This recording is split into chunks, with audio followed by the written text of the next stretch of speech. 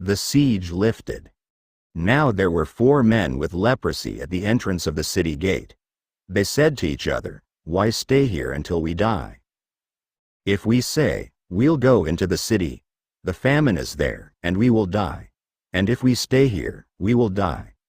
So let's go over to the camp of the Arameans and surrender. If they spare us, we live. If they kill us, then we die." At dusk, they got up and went to the camp of the Arameans. When they reached the edge of the camp, not a man was there. For the Lord had caused the Arameans to hear the sound of chariots and horses and a great army, so that they said to one another, "Look, the king of Israel has hired the Hittite and Egyptian kings to attack us." So they got up and fled in the dusk and abandoned their tents and their horses and donkeys. They left the camp as it was and ran for their lives. The men who had leprosy reached the edge of the camp and entered one of the tents. They ate and drank, and carried away silver, gold and clothes, and went off and hid them. They returned and entered another tent and took some things from it and hid them also. Then they said to each other, "We're not doing right. This is a day of good news, and we are keeping it to ourselves. If we wait until daylight, punishment will overtake us. Let's go at once and report this to the royal palace."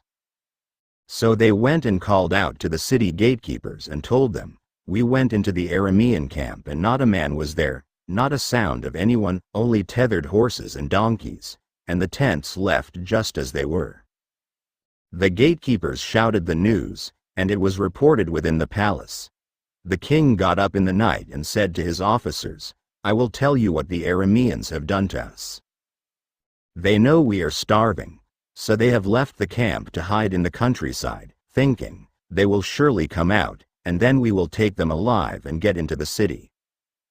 One of his officers answered, "Have some men take 5 of the horses that are left in the city.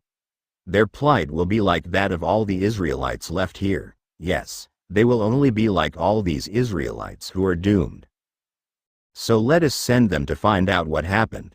So they selected 2 chariots with their horses, and the king sent them after the Aramean army. He commanded the drivers, "Go and find out what has happened." They followed them as far as the Jordan, and they found the whole road strewn with the clothing and equipment the Arameans had thrown away in their headlong flight. So the messengers returned and reported to the king. Then the people went out and plundered the camp of the Arameans. So a seah of flour sold for a shekel, and 2 seahs of barley sold for a shekel, as the Lord had said. Now the king had put the officer on whose arm he leaned in charge of the gate, and the people trampled him in the gateway, and he died, just as the man of God had foretold when the king came down to his house. It happened as the man of God had said to the king. About this time tomorrow, a seah of flour will sell for a shekel and 2 seahs of barley for a shekel at the gate of Samaria.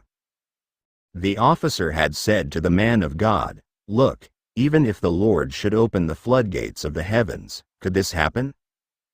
The man of God had replied, "You will see it with your own eyes, but you will not eat any of it." And that is exactly what happened to him, for the people trampled him in the gateway, and he died.